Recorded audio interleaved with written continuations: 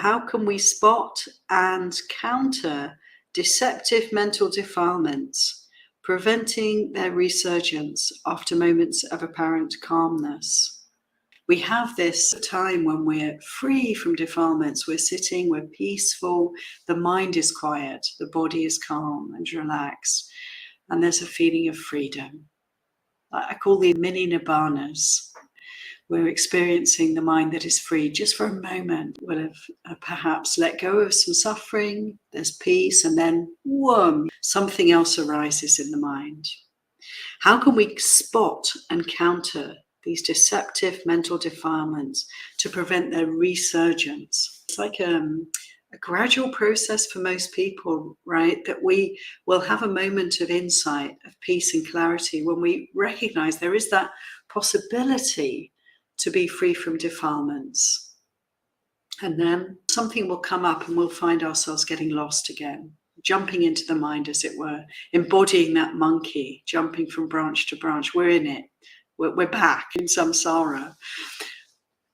But whenever we've had the opportunity to see thoughts arising and passing and not to be immersed in them, but to be watching the flow, the patterns of this mind thinking, and knowing as we do so, this is not me, this isn't mine actually, this isn't myself, this is the mind doing its thing. It's like programmed, dependently arisen. It's happening due to causes.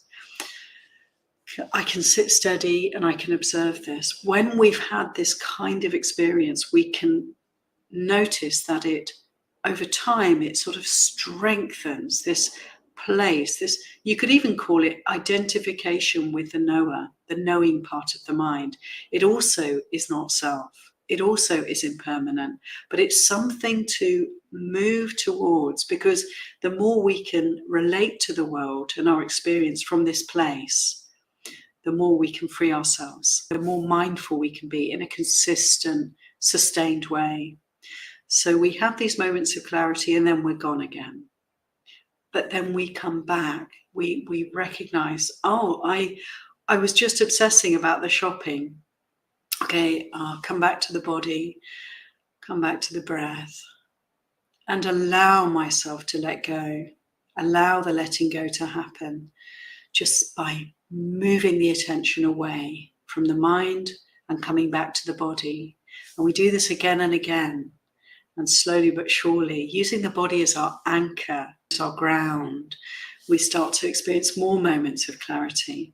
And as this process continues, we get to a point perhaps where on a good day, we're able to very quickly let go of thinking. The Buddha said it's like a drop of water, every thought like a drop hitting a hot plate, the hot plate of mindfulness, and the drop of water will just very, very rapidly evaporate.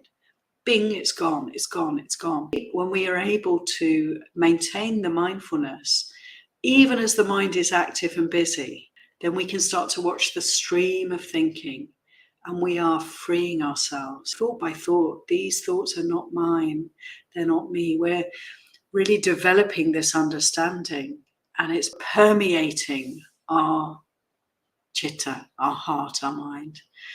And so we start to identify more and more with this aspect of the mind, the knower, that which knows. And we can also recognize, even as this process is happening, remember, this is also not me, not mine, not myself. Letting it all go, letting it all go. So at the end of a meditation, it can be really helpful to recollect anattā. All that has been experienced here, all that is experiencing this moment is not me, not mine, not myself.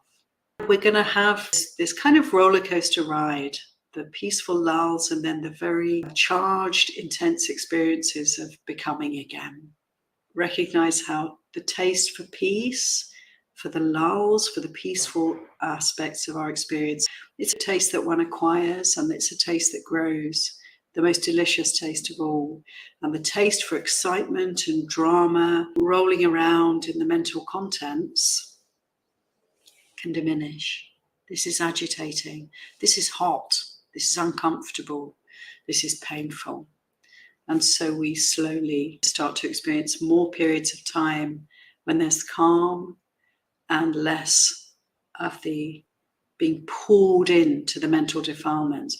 The mental defilements may still arise and pass, but we're not necessarily identifying with them or being swayed by them. And in the end, those mental defilements come to an end.